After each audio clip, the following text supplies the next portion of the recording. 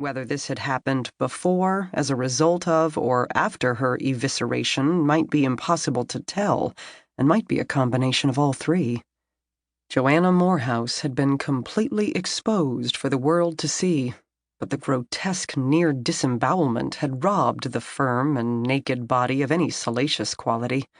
Her feet were bare, the nails manicured and shining with clear polish, as were the fingernails. "Wow," Maggie said again, softly. "You ought to see the rest of the place," Detective Riley said as he walked into the room, followed by his partner, Jack Renner. "I meant her," Maggie told him. The cop stopped inside the interior French doors. Most of the living room, for no apparent reason other than style, existed on a dais, 2 steps up from the rest of the first floor. It defined her scene nicely, and they saw no need to enter it and possibly step on or kick something useful. Even the cop who had accompanied her remained on the lower level. "Yeah, that's pretty impressive, too," Thomas Riley agreed, rubbing his eyes with one meaty hand.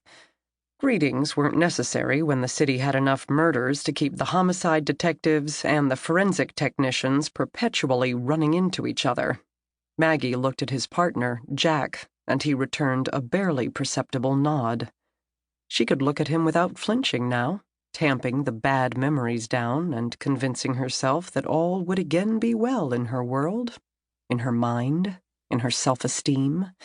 They had settled into an uneasy truce, imperfect people in an imperfect world, working together for the greater good. Though in his case, the greater good would be if he just stopped killing people, no matter how much they deserved it. She wished he would gather his belongings and move on, as he had promised, even if it was only to become someone else's worry. More than one of the 6 months they'd agreed upon had elapsed. Maybe then she could finally believe that everything had been a momentary aberration, one bad moment in an otherwise blameless life, one trigger pull that altered her reality.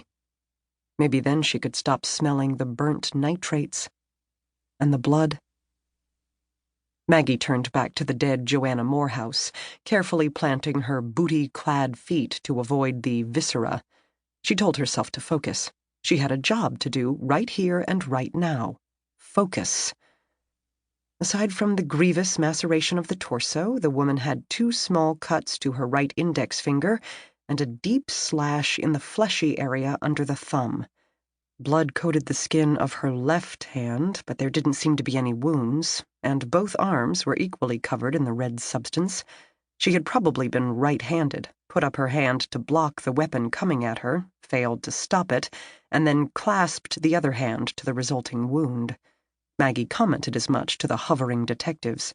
She doubted it would help their investigation, but one never knew, and it all went toward justifying her take-home pay. Stud earrings with diamonds the size of healthy peas still twinkled in Joanna Moorehouse's earlobes, making robbery an unlikely motive. She also wore rings with equally impressive stones and an elegant gold watch.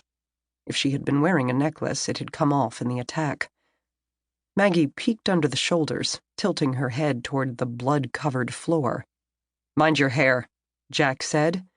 She grabbed a swath to keep it out of the dried stains. She didn't move Joanna's body, or even touch it. The medical examiner's office would have some choice words for her if she did.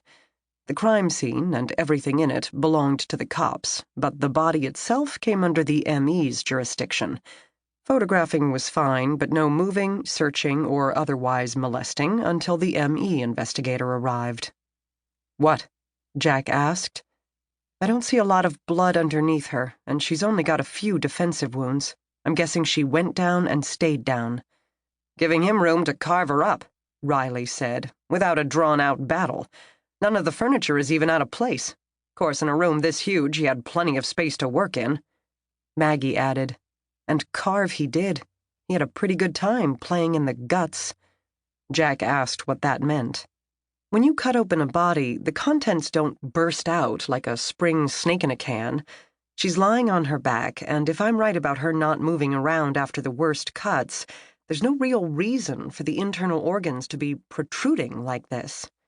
"So he tried to remove them? Or he was..."